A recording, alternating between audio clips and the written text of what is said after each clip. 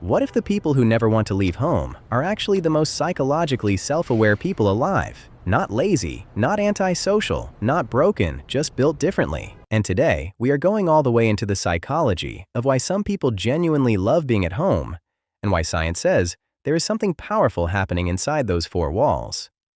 Let us start with something real. You have probably met someone who turns down every invitation, every birthday dinner, every weekend trip, every come hang out for a little bit. And the easy assumption is that something must be wrong with them. But psychology tells a completely different story. Here's the foundation of it all. Human beings differ dramatically in how their nervous systems respond to the outside world. Some people need constant stimulation to feel alive. Crowds, noise, movement, back-to-back conversations, that is their fuel. But for others, that exact same environment is genuinely overwhelming.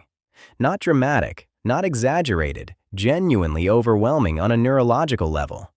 Researchers call this optimal arousal theory, and the idea is simple. Everyone has a threshold. Push past yours, and your brain goes into overdrive. Stay below it, and you feel calm, focused, and fully yourself. For home lovers, the outside world almost always crosses that line. Now here is where it gets really interesting. A lot of people who prefer staying home are not just introverts.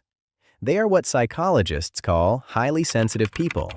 Their brains literally process sensory information more deeply than the average person. Bright lights feel brighter. Loud sounds feel louder. Small talk feels exhausting because their mind is running deep analysis on every single exchange. So when they come home, close the door, and finally exhale, that is not avoidance. That is recovery. But control plays a massive role here too. Think about what the outside world actually demands from you. Unpredictability at every corner. Strangers who are rude. Plans that shift at the last minute. Conversations you did not consent to. At home, you decide everything. The temperature, the sounds, the pace, the energy in the room.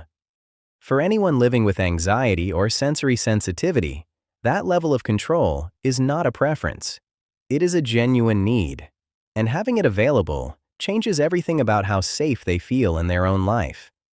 Now let us talk about creativity, because this part surprises people.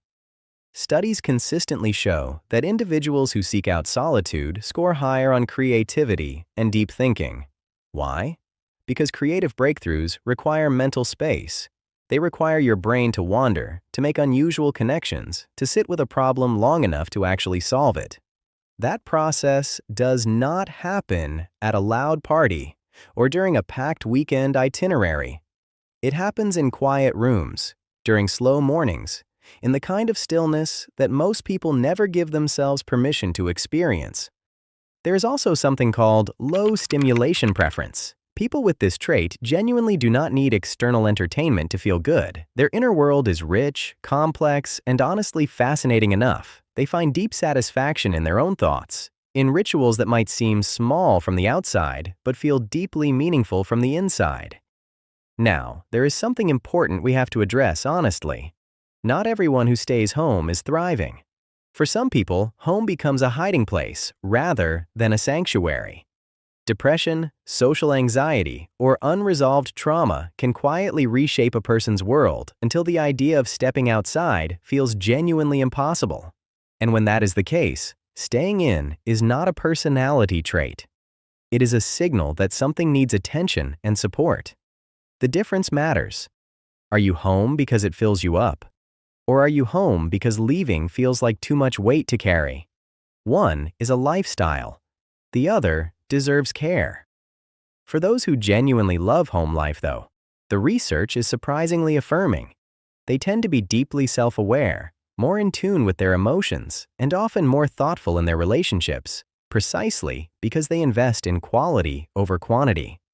They notice the small details of life that most people rush past, the exact way their morning feels, the comfort of a familiar routine, the specific kind of quiet that settles over a Sunday afternoon.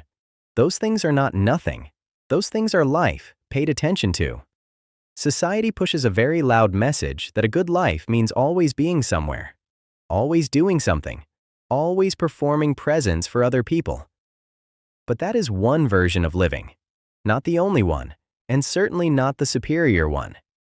If you are someone who genuinely lights up at a canceled plan, who feels completely whole on a Saturday spent entirely at home, who chooses depth over noise without apology, you are not missing out on life. You are just living it in a way most people have been too distracted to try. Drop a comment below and tell me honestly, does staying home energize you or drain you? And if you want to understand more about the hidden psychology driving your everyday choices, the next video is already waiting for you.